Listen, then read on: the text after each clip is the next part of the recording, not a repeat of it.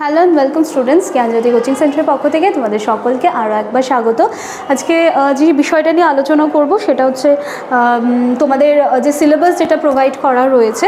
তো এখানে দেখতে পাচ্ছ CU, CCF, DSCC 2 এই সিলেবাসটা নিয়ে আলোচনা করব এবং তোমাদের যেই সিলেবাসটা দেওয়া রয়েছে তার না একটা টাইটেল রয়েছে, সেটা হচ্ছে সাইকোলজিক্যাল ফাউন্ডেশন অফ এডুকেশন। তো এটা নিয়েই আমরা আলোচনা করব। চলো প্রতিটা ইউনিট নিয়ে একটুখানি দেখা যাক যে কী আছে। সবার প্রথমে দেখো relation between psychology and education, ঠিক আছে। এবার দেখবে যেই ইউনিটে যেই টাইটেলটা থাকে সেটার উপর বেস করেই কিন্তু ভেতরের যে সাব টপিকসগুলো থাকে সেইটা কিন্তু থাকে। আচ্ছা দেখো এখানে কি করতে হবে, মিনিং অ্যান্ড ডেফিনেশন করতে হবে কিসের, of education and psychology and there relationship, ঠিক আছে। এডুকেশন আর সাইকোলজির মধ্যে কি সম্পর্ক রয়েছে, তার মানে কি রয়েছে, বা দেখো এখানে দেওয়া আছে ডেফিনেশন, মানে যেটাকে সংজ্ঞা বলা হয়। এবং আজকের এই সিলেবাসটা আলোচনা করার পরেই নেক্সট যে ভিডিওটা তোমরা পাবে সেইখানে কিন্তু দেখবে যে আমি মানে এডুকেশন আর সাইকোলজির মধ্যে যে রিলেশনশিপটা রয়েছে সেটা নিয়ে কিন্তু আমি আলোচনা করেছি। আচ্ছা এবার দেখো লার্নিং, এখানে কি আছে, কনসেপ্ট অ্যান্ড ক্যারেক্টারিস্টিক্সগুলো করতে হবে লার্নিংয়ের। আচ্ছা তারপরে রয়েছে মেমোরাইজেশন অ্যান্ড ফরগেটিং, মানে হচ্ছে ওই যে স্মৃতি বিস্মৃতির যে পোর্শনটা রয়েছে সেইখানটায় দেখো কি করতে বলেছে তোমাদের, process of memorisation, causes of forgetting and হচ্ছে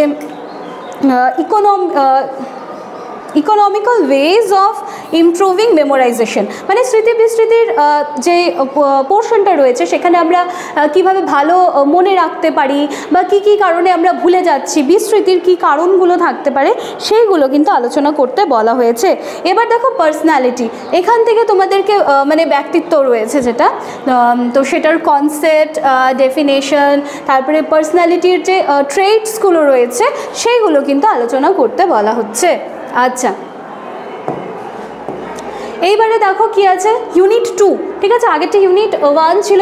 এবার এখানে কি আছে, stages and types of human development and their educational significance যেগুলো আছে সেটা নিয়ে আলোচনা করতে হবে। তো এইখানে না অনেকগুলো তোমাদের কিন্তু থিওরি দেওয়া আছে এবং এই থিওরিগুলো ভীষণ ইন্টারেস্টিং, ঠিক আছে। এখন দেখে হয়তো মনে হতে পারে যে কঠিন, একদমই নয়।